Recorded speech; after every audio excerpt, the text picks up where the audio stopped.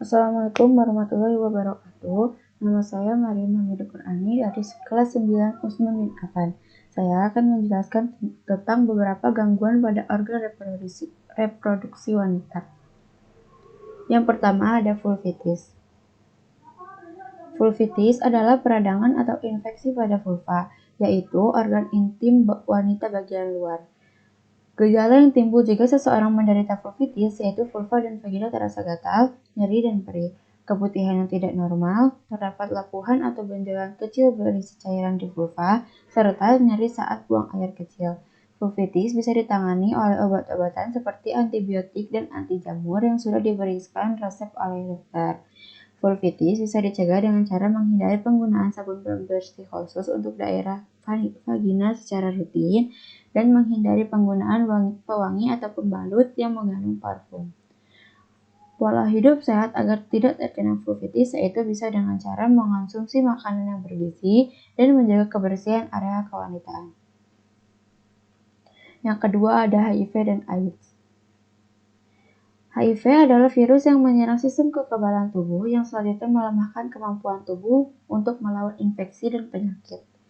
AIDS adalah kondisi di mana HIV sudah pada tahap infeksi akhir. Ketika seseorang sudah mengalami AIDS, maka tubuh tidak lagi memiliki kemampuan untuk melawan infeksi yang ditimbulkan.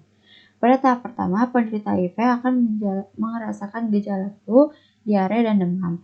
Lalu di tahap kedua, penderita tidak akan merasakan gejala apapun hingga bertahun-tahun. Barulah pada tahap ketiga, penderita akan merasakan demam yang berlangsung selama berhari-hari, merasa lelah, sulit bernapas, timbul bintik ungu, dan lainnya. Metode penanganan atau obat dari penyakit ini belum ditemukan. Cara mencegah HIV salah satunya adalah dengan cara menghindari berhubungan seks dengan lebih dari satu pasangan. Pola hidup sehat yang bisa dilakukan untuk mencegah penyakit HIV yaitu dengan cara menjaga kebersihan diri dan tidak memakai narkoba. Yang ketiga ada kanker rahim. Kanker rahim adalah tumor ganas yang tumbuh di rahim. Kanker rahim paling sering terjadi pada wanita yang telah memasuki masa menopause atau berusia 50 tahun ke atas. Gejala yang paling umum terjadi pada penderita kanker rahim adalah terjadinya pendarahan tidak normal melalui vagina yang terjadi di luar siklus menstruasi atau setelah menopause. Metode yang paling sering dilakukan untuk mengobati kanker rahim adalah histerektomi atau operasi pengangkatan rahim. Histerektomi bisa dikombinasikan dengan radioterapi dan kemoterapi untuk memaksimalkan pengobatan.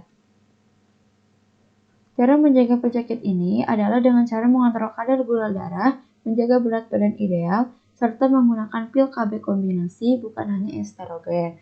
Pola hidup sehat yang bisa dilakukan agar dapat mencegah penyakit ini adalah dengan menjaga berat badan dan mengontrol kadar gula darah. Yang keempat, endometriosis. Endometriosis adalah kondisi ketiga jaringan yang membentuk lapisan dalam dinding rahim tumbuh di luar rahim.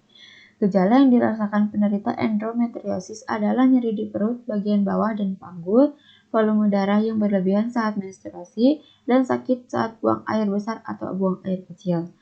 Metode penanganan penyakit ini adalah dengan cara memberikan obat antiinflamasi non-steroids atau OAINS hingga operasi.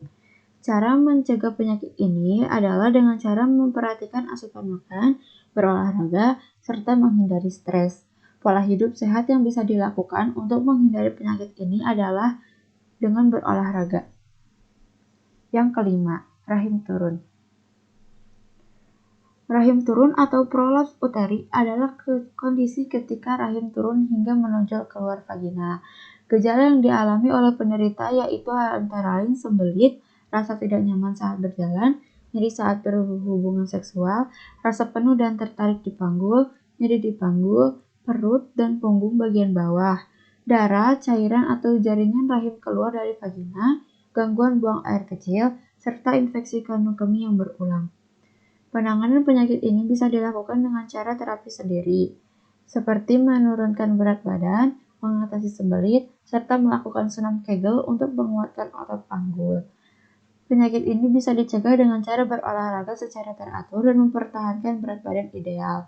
Pola hidup sehat yang tepat untuk mencegah penyakit ini salah satunya adalah dengan tidak merokok. Selanjutnya ada ciri sel sperma dan sel telur yang sehat.